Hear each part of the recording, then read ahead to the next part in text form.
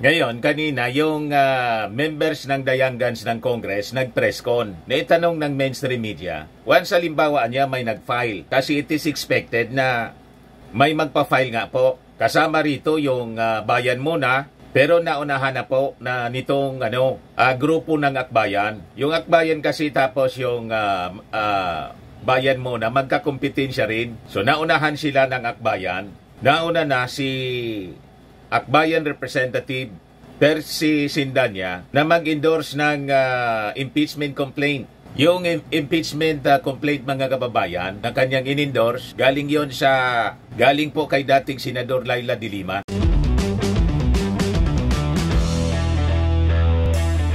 Ito naman po yung bago naming product na binibenta online. iGlow Serum, whitening po siya. Tingnan ninyo yung epekto sa aking anak na architect before and now. Yung mga inquiries po ninyo, dumiretso na lang kayo sa kanyang Facebook account, Riz Maravillas. Breaking news ngayon, mga kababayan. Yung various groups nag-file na po, mga kababayan, ng impeachment complaint laban kay Sara Duterte.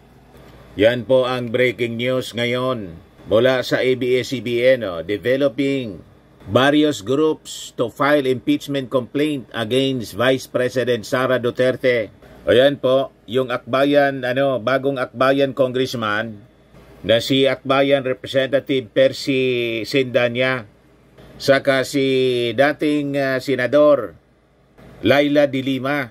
Then yung mga civic groups, mga kababayan, sama-sama sila sa pag-file ng impeachment complaint laban kay Sara Duterte. Sabi nga po, mga kababayan, ni political analyst Ronald Llamas, ang opsyon, mga kababayan, ni Sara Duterte ay mag-resign. Once siya, mga kababayan, na file na ng impeachment finally at siya ma-impeach, perpetually disqualified na siya to run. Sa anumang posisyon, kahit kagawad sa barangay, disqualified na po siya. Kaya tingnan natin kung i-avail ni Sara Duterte ang kanyang opsyon na mag-resign na lang po bilang vice-presidente. Kung mag-resign siya bilang vice-presidente, pwede pa siyang tumakbo bilang mayor ng Davao o tumakbo bilang presidente sa 2028. Pero pag siya na-impeach, kasi matigas yung ulo niya, wala, perpetually disqualified na siya to run for any public office, kahit kagawad po sa barangay. But before ko, mga kababayan, ibigay sa inyo yung full story ng mga balitang yan na breaking news ngayon, click subscribe muna dito sa ating YouTube channel and hit the notification bell para lagi po kayong updated sa mga kaganapan dito sa ating bansa. Like and share na rin po ninyo ng ating video. At huwag na rin po ninyo na skip yung ating mga commercial ads para tuloy-tuloy lang ang pag-unlad ng Bagong Pilipinas. At itong ating programa, mga kababayan, atid sa inyo nitong ating mga sponsors. Firmax Firming and Lifting Cream. Pinapay po sa mga pulses in affected area. Mainam po ito sa mga pains at paninigas ng mga kaso-kasuan. Ito sa mukha naman yung application, anti-aging, Automax po siya. Ito iGlow Serum, mga kababayan. Whitening po siya. Made in South Korea.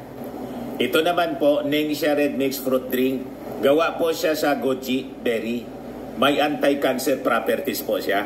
At sa mga nagana po ng malinis and spacious fitness gym, pumunta lang po kayo sa aming Colossal Fitness Gym. May Grab Car Rental din po kami. At bills payment po sa aming office. At saka sa mga mahilig po sa mga imported bags, manood po kayo sa live selling ni Madam Eileen Rosales sa kanyang Eileen Closet po. Pati mga shoes, ito yung kanya po. Ito yung kanyang page. Kita ninyo, napakagandang mga online selling po siya. Si Madam Eileen Rosales. Cellphone number niya po, 773-798-7816. Balikan natin, mga kababayan, yung ating kwento. Ito na, mga kababayan, yung impeachment complaint. Kasama yung mga pare, mga kababayan. Ayan, si Father Reyes. Ito mga civic organizations, leaders. kasama ni Laila de Lima, tapos ni Congressman Akbayan, Congressman Percy Sindanya or Sindanya. Sa news release niya mga kababayan, sabi dito sa report ng Impact Leadership, Akbayan endorses first ever and impeachment complaint against Sara Duterte. Isara na ang bangungot na dulot ni Sara. Sabi diyan, today I formally endorse the first ever and historic impeachment complaint filed by our citizens against Vice President Sara Duterte. This moment marks a critical juncture in our nation's demand for accountability. I stand in full support of the brave citizens calling for Duterte to answer for her blatant violations of the Constitution, egregious corruption and complicity in mass murder. Panahon na para isara ng taong bayan ang bangungot na dulot ni Sara. Vice President Duterte deserves to be impeached for her abuse of power and plunder of the nation's coffers.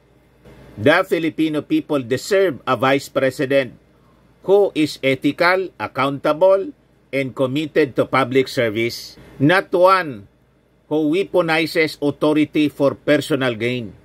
The effort to hold Sara Duterte accountable is inseparable from the broader campaign to make her father and their allies answer for their high crimes.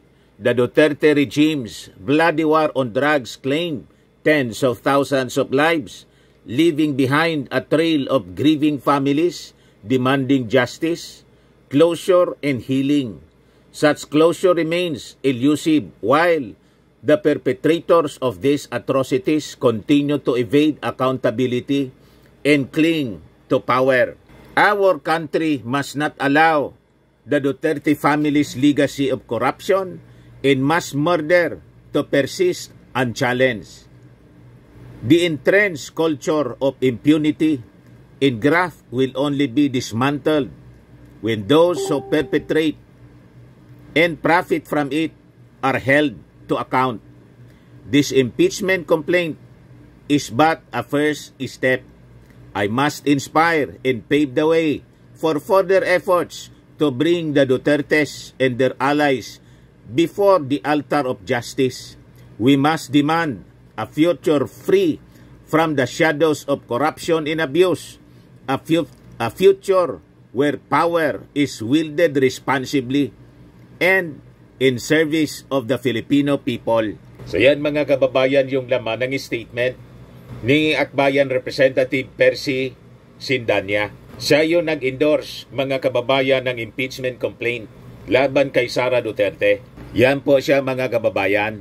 Ngayon, kanina, yung members ng Dayangans ng Congress nag-press con. Naitanong ng mainstream media, once halimbawa niya may nag-file, kasi it is expected na may magpa-file nga po. Kasama rito yung bayan muna, pero naunahan na po na nitong grupo ng Akbayan. Yung Akbayan kasi tapos yung bayan muna, magkakompetensya rin. So naunahan sila ng Akbayan.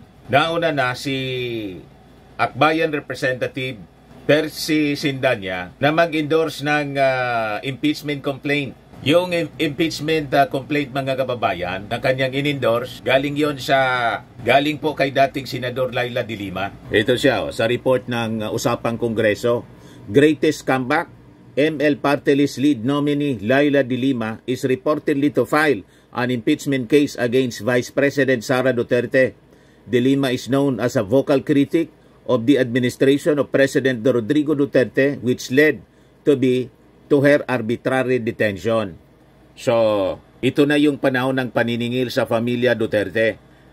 So, sabi dyan, ML Party List led nominee Laila de Lima reportedly to file an impeachment case against VP Sara Duterte. So, ito na nga ang mga breaking news ng mga pahayagan mga kababayan. First impeachment complaint filed against VP Duterte. Ngayon, sabi ng mga congressmen, members ng Dayangans, nang tanungin ng mainstream media, kasi di ba, nag-leak yung text ng ating Pangulong Bongbong asking Congress na wag na pong i-impeach si Inday. Pero sabi mga kababayan ni Congressman Adjong, ang basa nila sa text ng ating Pangulong Bongbong ay pakiusap lang naman. Pero it is the duty of Congress, mga kababayan. Once may nag-file, kailangan nila na magbotohan po. In other words, they are mandated kasi to act on it, to deliberate. Hindi man pwede na basta na lang nila i-ignore ang isang impeachment complaint filed in Congress. So, they will deliberate it once halimbawa somebody may nag-file. May nag-file na nga po. Ito na siya ngayon, mga kababayan. So once, mga kababayan, nagtagumpay yung impeachment, na-elevate sa Senado for trial with 30% of the members of Congress voted to impeach, magsisimula po ng mabilisan yung trial. Ako tingin ko po, alam naman ninyo yung mga politiko, lalo ang ating mga senador, 23 senators ngayon ang remaining kasi po si Ed Angara, si Sani Angara pala, inappoint na ng ating Pangulong Bongbong as DepEd Secretary kapalit ni Sara Duterte. So 16 votes yung kailangan to impeach Sara Duterte. Bawat isa dyan, ito kuwan ko lang po, analysis ko. Bawat isa sa kanila, independent republic yung tawag sa kanila. At siyempre, bilang mga senador, mga politiko yan, may mga kanya-kanyang ambisyon yan. And in fact, if you notice, mga kababayan, yung impeachment kay Corona, nagsimula sa siyam lang po yung bilang ng mga senador na for impeachment, for conviction I mean. But during the impeachment trial, nakita ninyo, umabot sa 20 yung bumoto to convict Justice Corona, Renato Corona. Malamang ganon din ang mangyari. Ang matira, mga kababayan na kaalyado, at boboto again si Robin Padilla, si Senator Bato, at saka si Bongo. The rest, mga kababayan, kasi siyempre may kanya-kanyang ambisyon. Alangan man niya si Sara Duterte, ito na niya yung pagkakataon na tuldukan natin ang politika ng mga Duterte. Alangan sila pa yung babalik at tatakbong presidente. Paano na tayo? Tama ba ang aking analysis? May mga kanya-kanyang ambisyon yan to run for Vice President, for President. Pag nandyan si Sara Duterte, magiging kalaban pa nila sa posisyon sa pagka-presidente kung sila may plano din na tumakbo sa pinakang mataas na posisyon. Tama ba? So with that, ako tingin ko, ito na yung katapusan ng history ng politika ng mga Duterte na sila man lang po ang nagsimula na maghukay ng kanilang libingan, mga kababayan. Nilibing nila yung sarili nila dahil sa kanilang mga pinagagawa. Binaon ang kanilang sarili. Lalo yung pinakang huli, nakahindik-hindik na pagbabanta ni Sara Duterte. At tingin ko, mga kababayan, kasabay ng impeachment complaint na to, diretso pa rin, siyempre, yung mga kasong isasampa ng Department of Justice at saka ng PNP laban kay Sara Duterte. So, no one to be blamed, mga kababayan, but herself only. Tama po, mga kababayan? O yan lang po yung ating short video ngayon. Sa mga naghanap ng malinis and spacious fitness gym, pumunta lang po kayo sa aming Colossal Fitness Gym. We also offer Grab Car Rental with our brand new 2023 model ng Toyota Innova. We also accept booking for those who are planning to travel via PAL, Cebu Pacific, and other airline companies, local and international, and bills payment for Meralco Bills, PLDT, Aleco Bills, etc. Ang Colossal Fitness Gym is located at 3rd floor Security Bank Building, Landco Business Park, Legazpi City, Albay. For inquiries, look for Chilon Maravillas, contact number 0966-802-0949. Yan yung aming Innova. Lagi na pong matao sa amin. Pati mga foreigners po, tingnan ninyo, mga British tourists sila. Ang lalaki ng katawan na, mga kababayan, nag-gym sa amin. Ito naman po, Indian National. Ito mga mga European sila. Ito naman yung bago naming product na binibenta online, iGlow Serum. Whitening po siya galing sa South Korea. Tingnan ninyo yung epekto sa aking anak na architect entrepreneur, Riz Maravillas. For inquiries, look for Riz Maravillas on FB. Ito naman po, Firmax Firming and Lifting Cream. Pinapahid po ito sa mga pulses. and affected area. Mainam po ito sa mga pains at paninigas na mga kasukasuan. Ito po, Automax Radiant Serum. Sa mukha naman yung application. Anti-aging po siya. You will look 10 years younger than your age. Sa mga cancer patients naman po, baka lang gusto niyo itong itry. Nengxia Red Mixed Fruit Drink. Hindi man po siya gamot, food supplement siya. Kaya lang, gawa siya mga kababayan sa goji berry. Yung goji berry may anti-cancer properties. Yung mga inquiries ninyo, dumiritso na lang kayo sa aming messenger sa Facebook para masagot namin agad. Ayos po. Ako po si Dante Maravillas. Bye-bye. God bless.